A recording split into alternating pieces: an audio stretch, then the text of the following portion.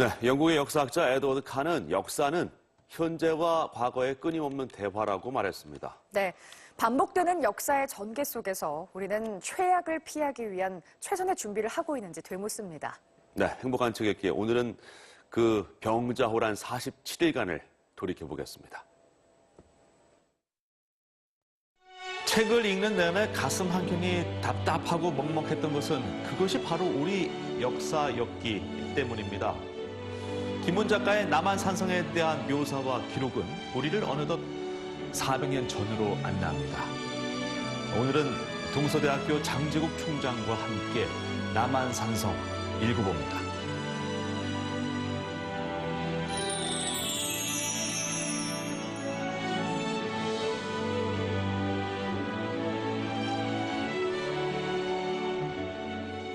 네, 김훈 작가 그 소설을 저 좋아하거든요. 그래서 2007년에 이 책이 나왔는데 그때 제가 읽었었어요. 최근에 또 영화가 나오지 않았습니까? 그래서 영화를 보니까 아주 새롭게 느껴져서 이 영화하고 원작하고 얼마나 다른지 호기심이 생겨가지고 제가 다시 한번 읽어봤습니다. 이게 이제 장편 소설인데 읽어보시면 아시겠지만 이게 주로 이제 대화체로 되어 있어요.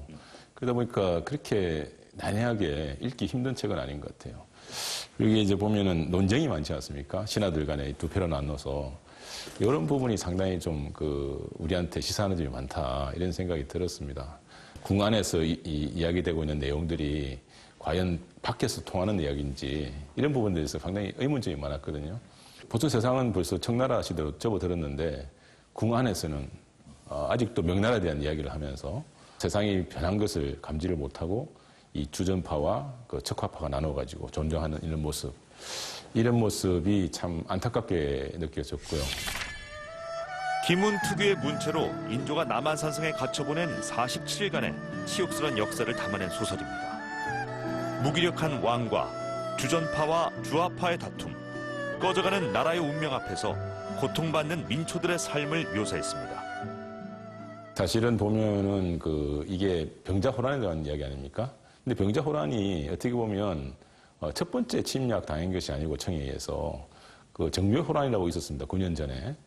그때 인조가 강화도로 이렇게 피신한 장면이 나오지 않습니까? 국가의 어떤 위기를 경험을 했는데도 불구하고 9년 동안 아무런 준비가 없었다는 게 하나 참 문제가 있는 것 같고요. 그다음에 그런 위기 상황을 또 겪었는데도 불구하고 이번에는 남한산성으로 이렇게 피신을 갔는데도 그 대응하는 걸 보면 아주 비슷한 그런 대응을 하고 있다는 거거든요. 그래서 이런 점이 과연 그러면 과거의 어떤 역사에 대한 것에 대해서는 교훈을 얻는 것이 바람직한데 아무런 교훈을 얻지 못했다는 점, 이런 점이 굉장히 좀 안타깝게 느껴지더라고요. 결사항쟁을 주장하는 척화파 김상환과 역적이란 말을 들을지언정 삶의 영원성이 더 가치 있다는 주화파 최명길의 소신이 맞부딪힙니다. 또 결단을 미루는 임금과 좌고우면하는 영의정 김유등의 면면을 비극적으로 그리고 있습니다. 그래서 지금 이제 우리도 어떻게 보면 대북 문제에 있어서 이 진보와 또 보수가 나누어져 가지고 서로의 주장을 하고 있고, 우리가 이제 지도자 뽑은 사람들도 그거를 이제 이렇게 편이 나눠져 가지고 국민들한테 이번에는 통촉하여 주십시오 하는 거예요. 자기들이 말이 맞다는 것을 주장하면서. 국민들한테 그걸 선택하도록 강요를 하고 있는 것 아닌가 이런 생각이 듭니다. 그래서 국민이 물론 이제 뽑은 지도자들이니까 그 주장을 일리가 있겠지만은 이런 위기 상황에서는 우리가 뽑은 지도자들이 서로의 주장을 하는 것이 아니라 서로 중지를 모아서 지혜를 내어서 이 상황을 극복할 수 있는 가장 최선의 정책을 내어놓고 이것을 국민들한테 소개를 하는 것이 더 맞다고 생각하거든요. 그래서 우리 남한산성에서 우리가 배울 수 있는 이런 교훈을 지금 이 시대 상황과 맞게 이렇게 적용을 해야 될 필요가 있다, 이렇게 생각을 합니다.